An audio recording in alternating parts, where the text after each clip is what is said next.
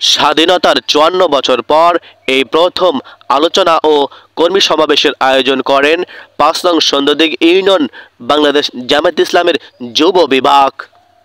উক্ত আলোচনা সভায় প্রধান অতিথি হিসাবে উপস্থিত ছিলেন জনাব মোহাম্মদ আবুল বাশার বসনিয়া, সভাপতি, শ্রমিক কল্যাণ ফেডারেশন, পঞ্চগড়।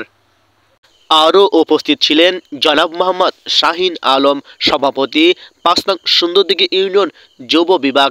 উপস্থিত ছিলেন জনাব মোহাম্মদ আলমাস, সাধারণ সম্পাদক, ৫ নং সন্দ্বদিঘি ইউনিয়ন শাখা। উপস্থিত ছিলেন জনাব মোহাম্মদ সাকিবুজ্জামান সাকিব, সাধারণ সম্পাদক, দেবীগঞ্জ উপজেলা শাখা। উপস্থিত ছিলেন মাওলানা মোহাম্মদ শাহ আলী আমির, ৫ নং সন্দ্বদিঘি ইউনিয়ন জামায়াত ইসলাম। উপস্থিত ছিলেন ডাক্তার মোহাম্মদ আব্দুল বাতেন, সাধারণ সম্পাদক, ৫ নং সন্দ্বদিঘি ইউনিয়ন জামায়াত ইসলাম। প্রতিটা ওয়ার্ডের সভাপতি, সাধারণ সম্পাদক এবং সকল যুবকরা সেই আলোচনা সভায় অংশগ্রহণ করেন। সাহেব আলী খান, সাহেব টিভি, দেবীগঞ্জ।